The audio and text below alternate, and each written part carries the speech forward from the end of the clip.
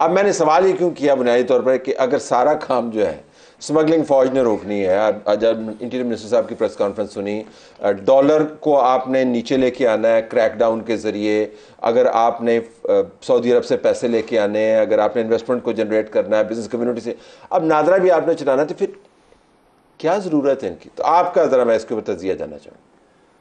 असल में बात यह है कि फ्रैंकली स्पीकिंग मुझे डॉक्टर साहब का स्टेटमेंट सुन के जो है हैरानी हुई। मेरे पास में यहाँ तक बैठने से पहले तक मेरा ख्याल था ये पाकिस्तान मुस्लिम लीग नून के हैं और उसके सरबराह उसके सदर हैं, नहीं भाई हैं इनके साथ में यूनियन लिबर्टी, ये एन के एस के नहीं है ना, आपका ख्याल ठीक ये एन वाले एस वाले, तो वो एस वाले शहबाज। आप तो भैया बहुत तफसीलात में उलझ गए।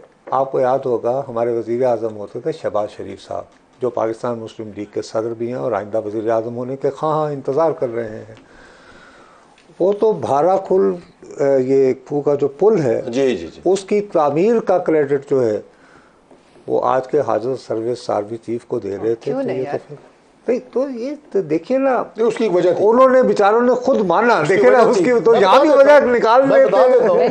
अब आप एक पुल के ऊपर जो उतराई पे आ गए, अगर आप रुके नहीं है तो आप स्लिप होते जाएंगे, आपको बता रहा हूं। ये बड़े मुझे इजाजत दें, उसकी सिर्फ वजह ये थी कि वो जो आर्मी की सब्सिडी कंपनी है NLC, national logistics cell, Barakahu bypass का जो तामीर का काम था वो टेंडर एनएलसी के पास था, और वो चूंकि फौजी कंपनी है तो ज़ाहिर से बस माना है कि काम कमांड थी और बड़ी तेजी बहुत बड़ा दे दिया, बड़ी तेजी से वो प्रोजेक्ट मुकम्मल हुआ था, वो इस वजह से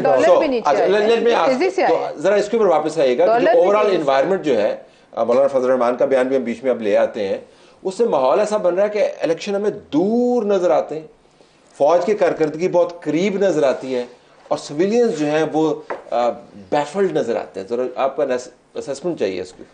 और इसके तमाम तर जिम्मेदारी मेरे ख्याल में पीडीएम के ऊपर आयद होती है। जिस तरीके से इन्होंने जो स्पेस कंसीड की है, तो फिर इनको मेरे ख्याल में, और जो आपने पहला सवाल किया था, असूली तौर पर तो नहीं होना चाहिए किसी फौजी को नादरा का चेयरमैन, लेकिन हमारे मुल्क में चेयरमैन पीसीबी भी रहा है, नैब भी उन्हीं के पास है, तो एक लिहाज से अच्छा भी है। ठीक, जो एक फसाड है ना कि हम कहते हैं कि नहीं जी ये जो एक सिविलियन फेस है, वो तो खैर काकड़ साहब ने अलाइनमेंट दुरुस्त होगी, बीबीसी को इंटरव्यू देके वो भी उन्होंने, हालांकि वो मेरे ख्याल में कहते हैं कि बड़ी अच्छी चॉइस थी, वो अच्छा जवाब भी दे सकते थे, वो कह सकते थे कि नहीं जी मुझे तो लीडर ऑफ द ऑपोजिशन और जो लीडर ऑफ द हाउस हैं उन्होंने नॉमिनेट किया, उन्होंने सीधा कह दिया जी मैं तो डिफेंड नहीं करूंगा।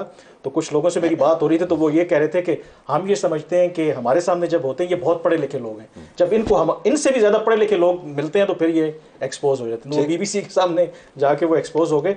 तो बिल्कुल मेरे ख्याल में जो इलेक्शंस की आप बात करें, सिविलियंस अगर आप देखें, पॉलिटिशियंस दे आर इन डिसअरे, बिल्कुल इसमें कोई शक नहीं है, और उसकी जिम्मेदारी जो है आई बिलीव के ये पॉलिटिशियंस के ऊपर ही आयद होती है। देखिए जी, मेरा अपना ख्याल है कि हमारी किस्मतों के जो मालिक हैं, जो हमारे लिए स्टेज सेट करते हैं, वी आर ऑल पपेट्स, यानी frankly speaking someone else rights the script for us.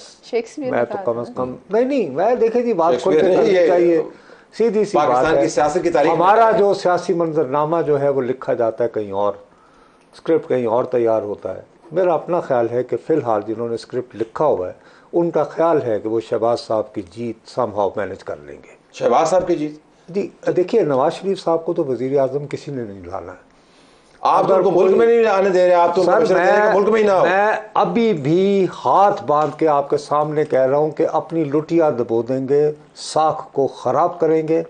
इन्होंने 16 महीने में जो कुछ लुटाया है, आप चाहते हैं, मैं बुरा ना मानिएगा, बाज़ औक़ात ख़ानदान का बुज़ुर्ग होता है ना, अल्लाह माफ़ करे, उसको रेडी में डालकर लोग भीख मांगते हैं। ये मियाँ साहब के साथ वो करना चाह रहे हैं उनकी अपनी जमात के लोग, जिन्होंने ये लबक के हुकूमत दी है। और मैंने इलेक्शन जाए जाके, उन्हें क्या जरूरत है मियाँ साहब की तकरीर करवाने की? I am being so clear about it. और मियाँ साहब इंतजार करें सर। किसका इंतजार करें? इलेक्शन होने दें सर, 6 महीने से ज्यादा नहीं हुकूमत नहीं चलेगी। मैं कह रहा हूं सर, ऐसा घड़वस्त मसला है, ये जो इलेक्शन होगा ना सर, कम से कम मेरे मुंह में खाक सर, अगर आपको 77 की याद ना आए तो फिर देखिएगा, बात कर लेंगे। ये आपने 77 मियाँ साहब को वापस आने, अब नुसरत से भी पूछूंगा कि मियाँ साहब के बारे में क्यों कह रहे हैं, वो बिलावल को क्यों नहीं कहते कि वो भी जाके जो है वो कराची में जाके बैठ जाए? जरा मियाँ साहब के आने से फर्क पड़ेगा? डायनेमिज्म चेंज होगा, कोई माहौल बनेगा, कोई इस तरह का? तवक्को तो इनकी यही है कि वो फ़र्क पड़ेगा, लेकिन जो इस वक्त पाकिस्तान के इस वक्त ग्राउंड सिचुएशन है, जो हालात हैं, वही 16 माह की जो उनकी कारकर्दगी है, जो लोगों को रिलीफ चाहिए, उससे उस तरह से कोई फ़र्क पड़ता नज़र नहीं आ रहा। एक फैक्टर देखें हम यहाँ पे भूल रहे हैं, क्योंकि मैं फॉरेन अफेयर्स कवर करता हूँ, मेरी किसी वेस्टर्न डिप्लोमेट से बात हो रही थी, वो भी बड़े अनसर्टन है। मैंने उनसे एक सवाल किसी से पूछा कि ये बताएं कि अगर इलेक्शंस नहीं होते, लेट से फरवरी में भी नहीं होते, तो फिर आप क्या करेंगे? तो उन्होंने कहा ये बहुत मुश्किल सवाल है। मैंने कहा क्या कोई पिनेटिव एक्शन होगा? तो उसके जवाब में मुझे उन्होंने बड़ी ज़बरदस्त एग्जांपल दी। उन्होंने कहा जी इमीडिएटली तो नहीं पता। उन्होंने एक टर्म इस्तेलाह इस्तेमाल की कि फ्रॉग सूप। फ्रॉग सूप का मतलब क्या है कि धीमी आंच पे जो मेंढक का सूप बन रहा है, और मेंढक को ये पता नहीं चल रहा।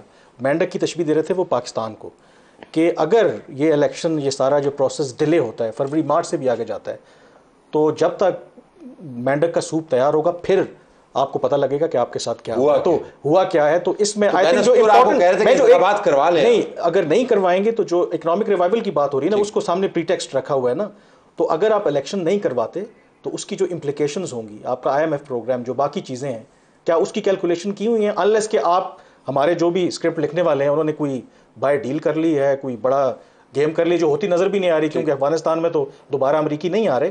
तो ये फैक्टर आप मत भूलें कि जो एक्सटर्नल तो सर मामला आप क्यों कह रहे थे कि 77 की तरह के खुदा न खासा हालात बन सकते हैं, जरा उसके ऊपर रोशनी डाली का आपको क्या नजर आ रहा है? देखिए साहब, मेरा ख्याल है कि आपसे ज़्यादा कौन जानता होगा कि मैं साबिक वज़ीर आज़म के बारे में क्या महसूस करता हूँ। I was the first anchor who was pulled out. मेरा ख्याल है मेरे बाद आपकी आई थी माशाल्लाह बात। मैं वहाँ भी सीनियर, हमारी लगी है, मैं आपका सीनियर वहाँ भी साबित हुआ। खैर, मेरी अगर कोई मेरे बारे में ये कहे कि मुझे उनकी दोबारा आमद में कोई दिलचस्पी होगी, इंतज़ार कर रहा हूँ, तो जो the last person who would, ज़ाती तौर। लेकिन हैविंग सेड दैट, क्या मैं अपने अंदर के सहाफ़ी और रिपोर्टर को मार दूँ?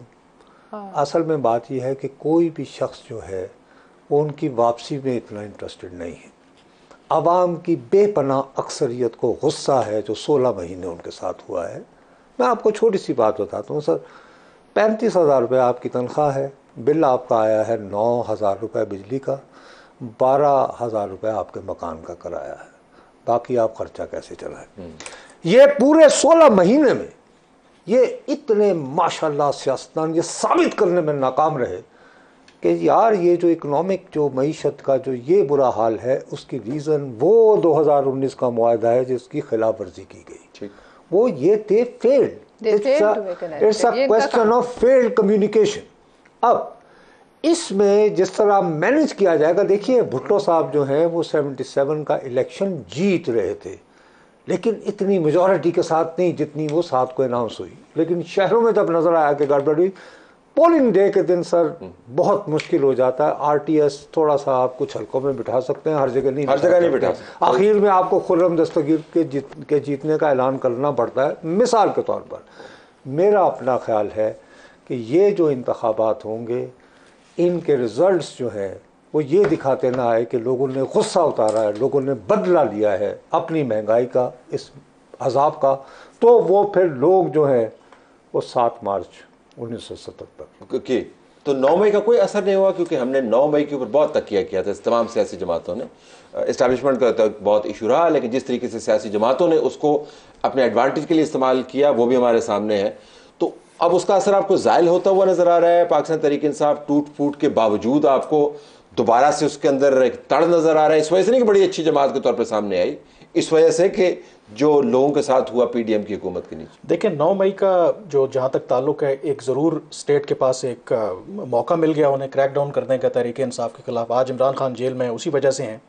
लेकिन जहाँ तक उनकी पॉपुलैरिटी की बात है, जो उनकी सपोर्ट बेस है, उसमें तो कोई फ़र्क नहीं पड़ा।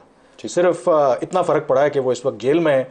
अगर 9 मई का वाक़या ना होता तो हर रोज़ जिस तरह पहले हमें टीवी पर प्रेस कॉन्फ्रेंस करते, इंटरव्यूज़ देते, जलसा जुलूस करते, वो हमें नज़र आते, अब वो हमें नज़र नहीं आ रहे।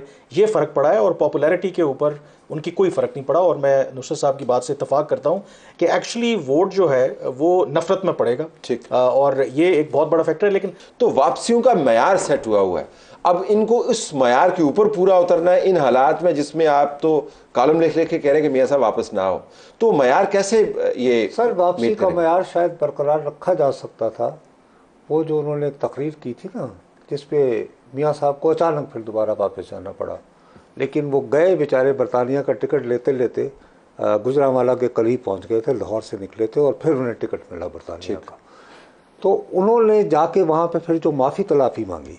अब आप ये देखिए डार साहब का परसों तरसों का क्या बयान है, अल्लाह पे छोड़, मियाँ साहब ने अल्लाह पे छोड़ दिया। यार अगर अल्लाह पे छोड़ दिया है तो फिर ये पेश की ज़मानत भी ना लो, हफाजती राहदारी भी ना लो, कम से कम इतनी इनकलाबीपन तो दिखाओ कि मैं आ गया हूँ, फाड़ लो मैंने सारी गल्ला ही अल्लाह ते छाड़ देना, फिर वही छो ना, फिर कहो जी मैं आ गया, जो करना है कर लो मेरे नाल, कुछ तो दिखाएं।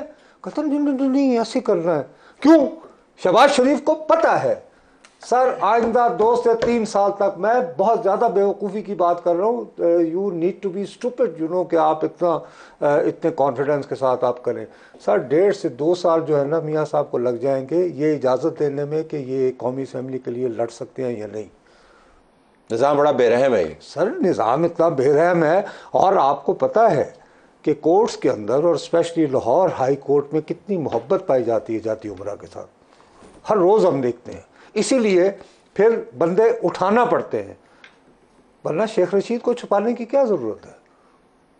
Point well taken. बेचौधरी परवेज लाई। अब तो देखना मैं क्या करूं, अब मैं क्या करूं। मसला सीधा साधा है, शहबाज शरीफ साहब को दिल से पता है, दिल से पता है कि नवाज शरीफ साहब को इजाज़त नहीं मिलनी आइंदा, लेकिन बड़े भाई को बहला फुसला के ला रहे हैं। उनका ख्याल है वो सऊदी अरब से आएंगे तो जाते हुए वो शाह साहब उनके साथ 3-4 बंदे बिठाएंगे, कहेंगे जी वो सरमायाकारी ले आ रहे हैं, वाह वाह वाह तालियां। इस तरह तारिक साहब महसूस हो रहे हैं आपकी बातों से। I am sorry ji, I am really sorry. मैं ये बात, अच्छा और दूसरी बात एक जितना सा मैं आपको एक बात कहना चाहता हूँ, मैं honestly from heart of my heart I genuinely respect Maryam Nawaz. देखिए वो घर की बहुत लाडली बच्ची थी, गुड़िया उन्हें कहा जाता था। जैसे उन्होंने जेल काटी बड़ी बहादुरी से, C क्लास पे सोकर विदाउट बिकमिंग, उनको आप कॉर्नर मीटिंग में और वो भी शदरे में फेंक रहे हैं। खुदा दा वास्ता जी ना करो, या तो मुझे लाहौर का जोग्राफिया ना आंदा हुए थे।